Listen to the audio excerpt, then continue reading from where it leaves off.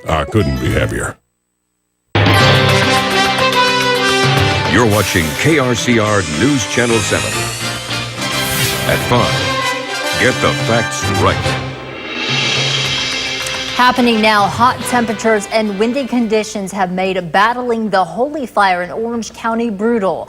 This is a look at the firefight against a 4,000-acre wildfire tearing through Cleveland and National Forest and forcing evacuations. The blaze sparking yesterday in the Santa Ana Mountains.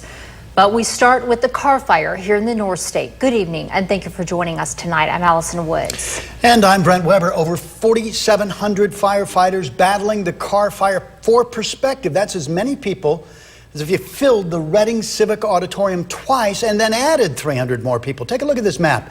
This is today's colored progression map of the Carr fire. The darkest red is the most recent fire activity.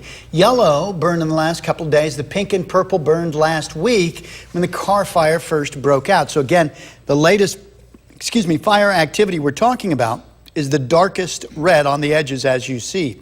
CAL FIRE says containment remained unchanged overnight at 47%, while the fire grew by about 3,000 acres to 167,000 acres. On the southwest side, the fire did jump Grass Valley Road. Firefighters were dispatched overnight. They expected to have that under control. And on the fire's northeast side, it has now burned up to Cow Mountain below the ridge, but they said nothing significant has burned there yet.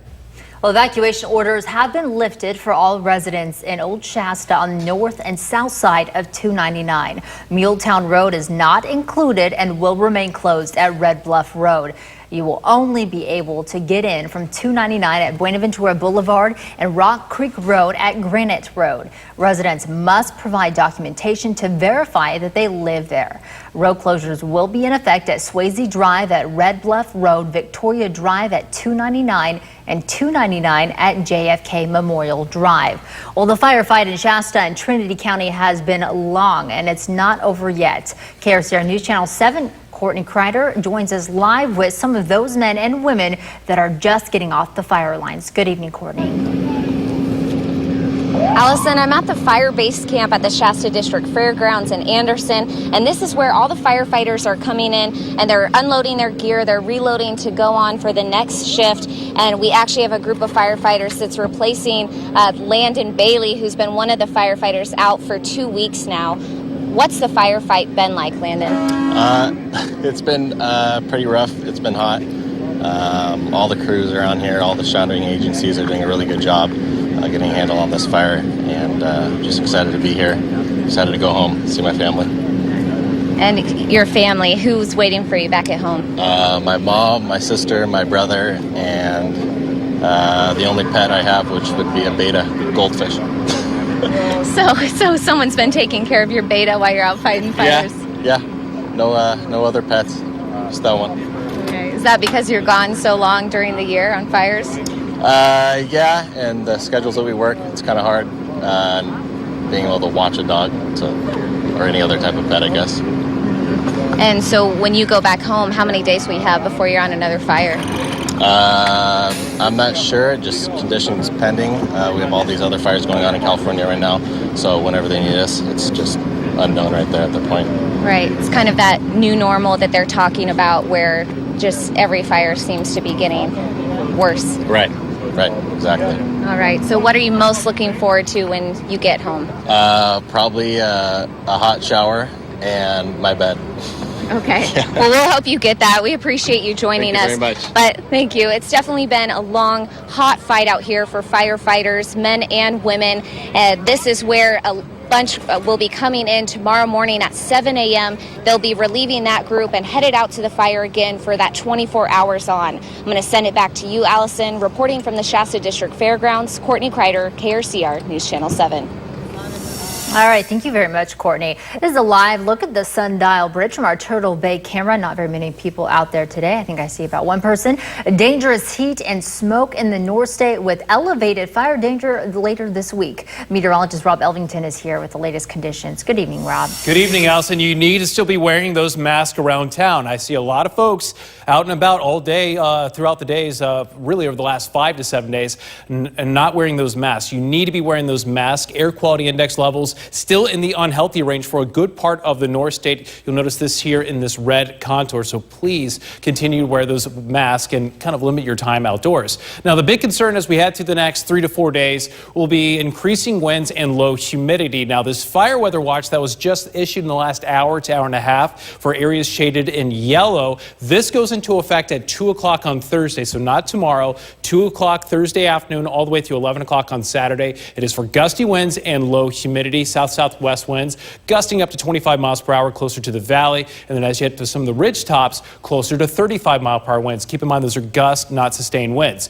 Here's a look at all the smoke again on the visible satellite. It's not just the Carr fire, it's all the fires burning throughout California and even the Garner complex in southwest Oregon. And you'll notice the Donnell fire, that smoke plume really taking off in the last couple of hours. We're also starting to see the Mendocino complex and the Carr fire smoke plumes taking off. Again, it sometimes takes a little while to break through that inversion, but you can see those smoke plumes taking off towards the end of this animation. Back to you. All right, thanks, Rob. CAL FIRE will host a community meeting tonight in Weaverville, updating residents in that area about the growing Carr fire. The meeting begins at 6 at the Trinity Alps Performing Arts Center, located at 101 Arbuckle Court. The now historic Mendocino complex fire exploding in size, the two twin fires combining into one overnight. Almost 300,000 acres burning so far with the river and ranch fires combined.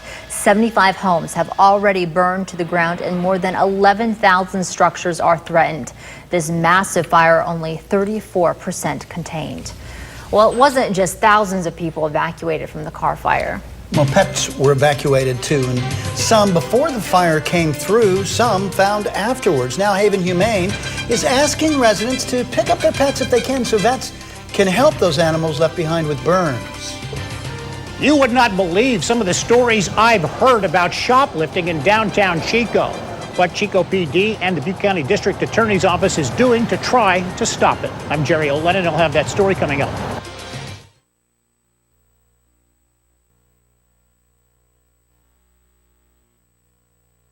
Policing.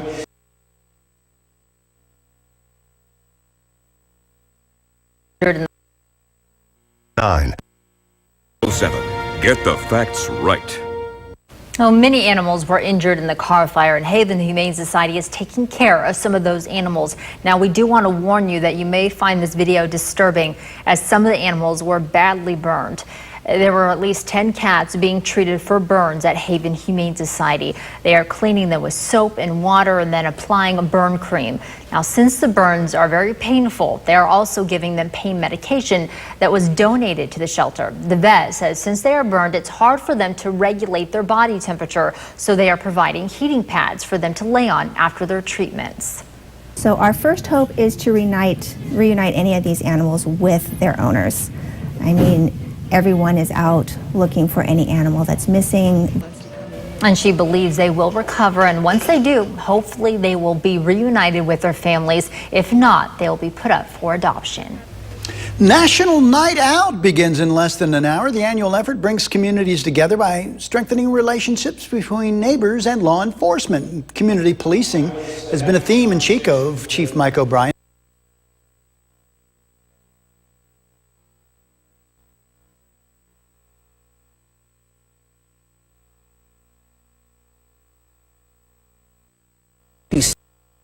Alerting you to dangerous weather.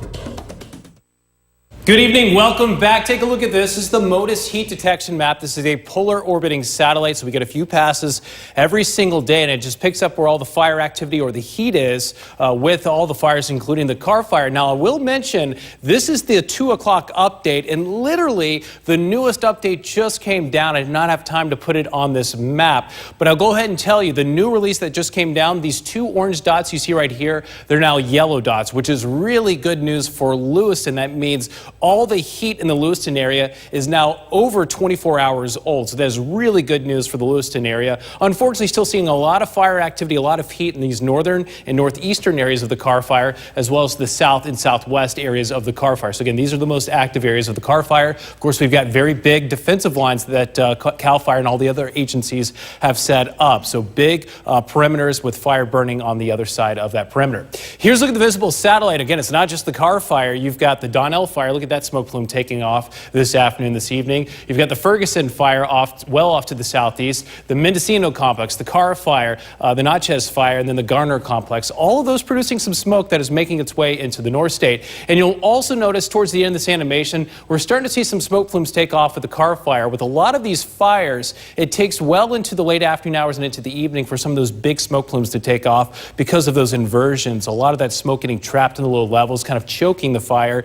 And then by the time you make it to the late afternoon hours, those smoke plumes break through the inversion and allow for the fires to breathe. And you'll notice the two smoke plumes being picked up on the radar. So kind of on that northeastern arm of the Carr fire and that southwestern arm of the Carr fire. Here's a look at the winds right now. We've got south winds up the valley. So right at the Carr fire, that's the transition zone. You've got southeasterly winds kind of on the eastern perimeter of the Carr fire and more of a west-northwest wind. Those northwesterly winds winning out later this evening. And then just like today, we'll start to see those south winds picking up through tomorrow afternoon. Let's take a look at the wind gusts for Thursday. So this is Thursday evening. We're starting to see some south winds picking up throughout the North State. Again, that's when that fire weather watch goes into effect for those gusty winds and low humidity. That fire weather watch is in place all the way through Saturday night. Overnight lows, no major changes compared to the last couple of mornings. And your forecast for tomorrow, 103 for Hayfork. And like we saw today, the big hiccup in the forecast is how much will that smoke impact those afternoon highs. We did not reach our forecasted highs today.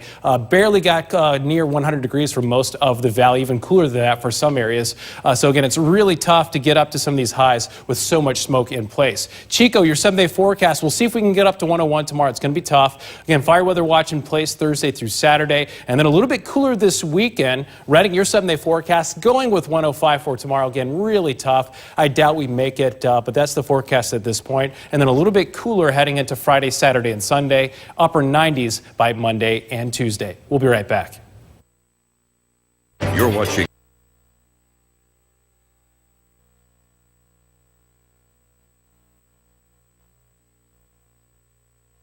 $1.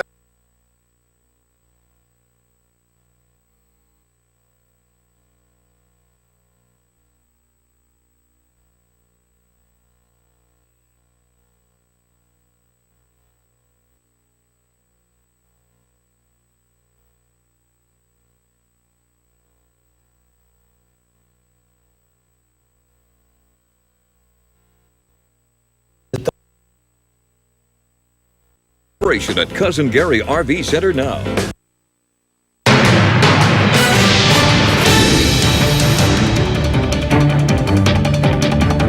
The Carr fire taking out communities in its path. Some people left with nothing as they return back into their neighborhoods to just ash. Good evening, and thank you for joining us tonight. I'm Allison Woods. And I'm Brent Weber. The community of Keswick, made up of almost 500 people, left with few structures standing. These were the conditions at the heart of the Carr fire as it tore through Keswick in July. This video showing embers tumbling across Keswick Dam Road.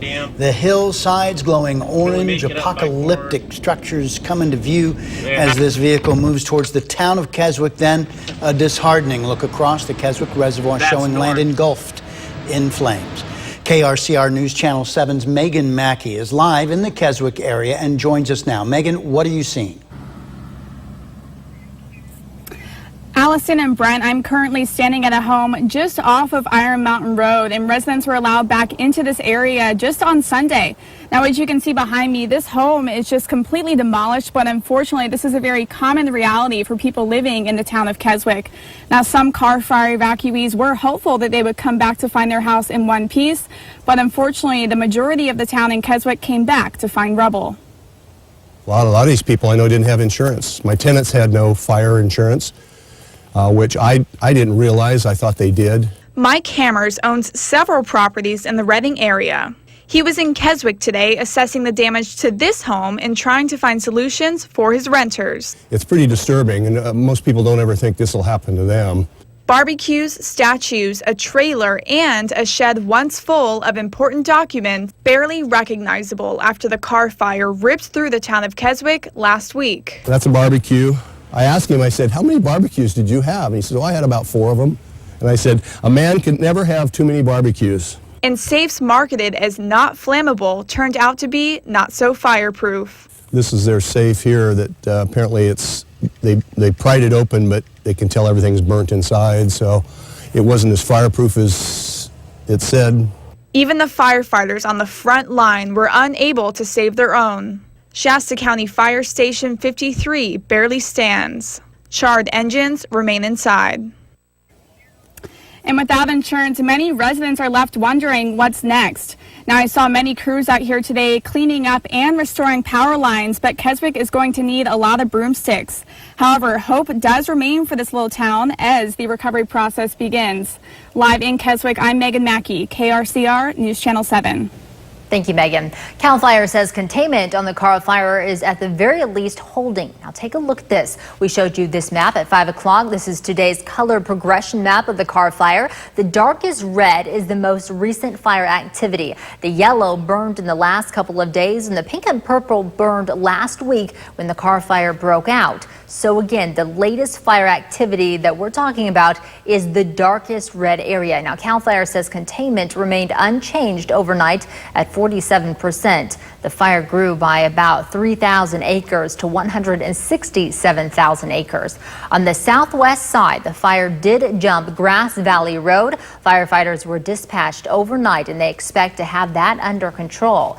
On the fire's northeast side, it has burned up to Cow Mountain below the ridge, but they said nothing significant yet. As we take a live look over Redding tonight from our Mercy Skycam, we can't underscore enough the air quality issues that we are facing, and this could be for a while. Meteorologist Rob Elvington in the First Alert Weather Center with more. Rob? Hey, good evening, and I'd like to show this. I've shown this a lot over the last 2 weeks. This is from the College of DuPage, and why I like to show this is just the visible satellite, regular GOES 16 satellite, but it has a natural background, so it's easier to pick out where the thicker smoke is on this animation. Of course, all of this that you see right here, that's just the typical marine stratus and fog up against the north coast. All of this is wildfire smoke. You'll notice the Donnell smoke plume taking off, racing to the north and northwest right now. The Carr fire smoke plume also starting to pick up just in the last 30 to 45 minutes, as well as the Mendocino complex. So look at all of this smoke over top of California, just really impacting air quality. Let's switch back over to my weather graphics and look at the red on this map, unhealthy for all areas shaded in red. Please wear those smoke or those face masks to protect yourself from this smoke. This is very dangerous, and we're going to see long-term effects from all this smoke in place for weeks, if not even up to a month. Fire weather watch, this goes into effect at 2 o'clock on Thursday, so not tomorrow, 2 o'clock on Thursday afternoon, all the way through 11 o'clock on Saturday. The biggest concern will be those gusty winds from out of the south and southwest, along with low humidity. The strongest winds will be on the ridge tops, but even for the valley, could see winds gusting to 25 miles per hour. Keep in mind, the fuels right now are still at or near record levels for this state. Back to you. All right, thank you very much, Rob. Well, happening now, hot temperatures and windy conditions have made battling the Holy Fire in Orange County brutal. Now, you're looking at the firefight against the 4,000-acre wildfire tearing through Cleveland National Forest and forcing evacuations. The blaze sparking yesterday in the Santa Ana Mountains. Well, more than 1,000 homes were demolished in the extreme fire behavior the Carr fire brought to Shasta County. Zillow estimating about $11.1 billion of residential property has been destroyed or is at risk. Now, families are in need of a new home. KRCR News Channel 7's Courtney Kreider explains why finding a home is a challenge. That's right, and there are very few homes in Redding that are available for rent, but thousands of people that are looking for a place to live. Before this happened, the rental market was tight, and now we're trying to find homes for people to stay in for a longer length of time, that they're comfortable and safe to start their new life while they build what they lost.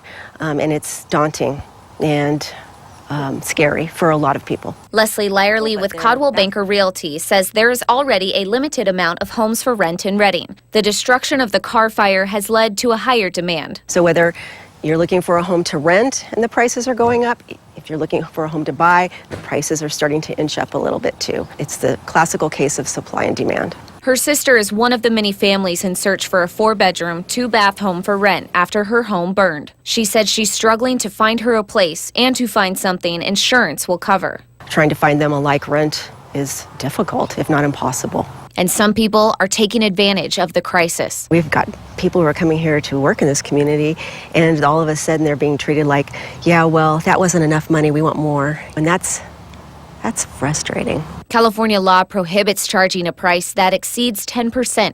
That's based off the price set before an emergency. Lyerly says to look out for price gouging on sites like Zillow and Craigslist. Honestly, I don't see anybody spending $7,600 a month for an 1,800 square foot home on, a little side street. So I think that's just not going to happen, and somebody's going to report something so ridiculous, and, shame on them. According to real estate statistics, about 80% of fire victims will choose to rebuild, which is a long process in itself. Right now, realtors are asking those who do have their homes up for sale to consider renting them out while families search for a long-term solution. Reporting in Redding, Courtney Kreider, KRCR News Channel 7. Thank you very much, Courtney. A major long-term traffic alert for Tehama County. Jelly's Ferry Bridge is being closed immediately due to structural defects. You can see the file here. According to the Director of Public Works in Tehama County, Tim McSorley said that is all the information he has on the situation at this time. We will continue to bring you updates as they become available. Now, in Weaverville, evacuees from Lewiston still waiting for word that they can return home. But we are learning more about the structures in Trinity County. Coming up, what CAL FIRE says about those homes and buildings evacuated by the Carr fire. Plus, it was just last December that the Thomas fire set the record for most acres burned in the state. Tonight, it's a complex of 2 fires that's merged into one, taking the top spot. That coming up on KRCR News Channel 7 at 5:30. You're watching KRCR.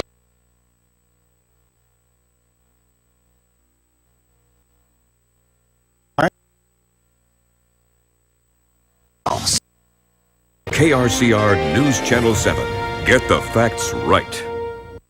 Evacuation orders have been lifted for all residents in Old Shasta on the north and south side of 299. Muletown Road is not included and remains closed at Red Bluff Road. You will only be able to get in from 299 at Buenaventura Boulevard and Rock Creek Road at Granite Road. Residents must provide documentation to verify that you live there. Road closures are in effect at Swayze Drive at Red Bluff Road, Victoria Drive at 299, and 299 at JFK Memorial Drive. Well, nearly 75 people are still staying at Trinity High School, the evacuation center in Weaverville. The residents of Lewiston are anxiously awaiting news about the Carr fire. But when we sent KRCR News Channel 7's Julia Avery to Trinity County, she learned something incredible about the structures there. Julia, what did you find out? Allison, CAL FIRE confirmed today that no homes have burned in Trinity County, which is incredible news for everyone waiting in those evacuation centers, especially those with children. But many of those kids are learning new lessons while they wait for some news. Today I saw children painting adults' nails, kids were singing. People are passing the time together. They tell me they are getting to know people from their town that they never knew before. The Red Cross has bingo night and piles of toys for the kids. A group of young people are getting together to sing, draw, and do other hands-on things that they might not have been doing otherwise. It's been a good thing because we haven't got to watch TV and we're learning how to adapt here. I was this is so much fun. And my mom's well, there's also people that are really sad here. And I thought, yeah. This is my fight song. Take back my life song. Prove I'm my right song. The girls sang the song Fight Song to remind everyone to be strong while they wait. I also met a couple married 50 years, displaced from their home now for 10 days. They're also touching the hearts of those at the evacuation center, and I'll have their story at 6:30. Julia Avery, KRCR News Channel 7. All right. Thank you very much, Julia, for that story. Well, a new wildfire record has been set here in California. The Mendocino Complex fire burning north of San Francisco is now the largest fire in state history. And it is one of only 18 wildfires in the state. Threats of more fires continue. ABC's Danya Backus has the latest from Los Angeles. The now historic Mendocino complex fire in Northern California exploding in size overnight. Over 283,000 acres burning so far. 75 homes have already burned to the ground, and more than 9,300 structures are threatened. This woman and others grateful to firefighters for saving their homes. It's devastating. It's really devastating to see. What can you say? It makes you sick to your stomach. Everything they've worked for all their life gone in a heartbeat. 18 large wildfires are burning across the state of California. In the southern part of the state, the fire known as the Holy Fire is ripping through the Cleveland National Forest, sending ominous flames and smoke into the air, nearly quadrupling in size in just hours. Fire travels faster than you think. We're in the cabin only 5 minutes, but that 5 minutes, the flames had already come up over the hill, so those cabins are gone for sure. 2 firefighters were injured and 2 hikers rescued, hoisted to safety by helicopter after they were trapped by the massive blaze. The Carr fire is still burning, scorching 160,000 acres and entering its 3rd week. Yosemite National Park now closed indefinitely. The Ferguson fire smoke there too much for visitors. More than 14,000 firefighters are on the front line statewide, and the U.S. military is sending help. 200 active duty soldiers are preparing to join the firefight. Danya Backus, ABC News, Los Angeles. We are still very concerned with the smoke that continues to fill the North State. We're going to continue to see that until these fires are put out. We're also tracking critical fire weather conditions heading into Thursday, Friday, and Saturday. Details coming up right after this break. Coming up tonight, the courtroom showdown in the trial of Paul Manafort. Rick Gates' secret life revealed.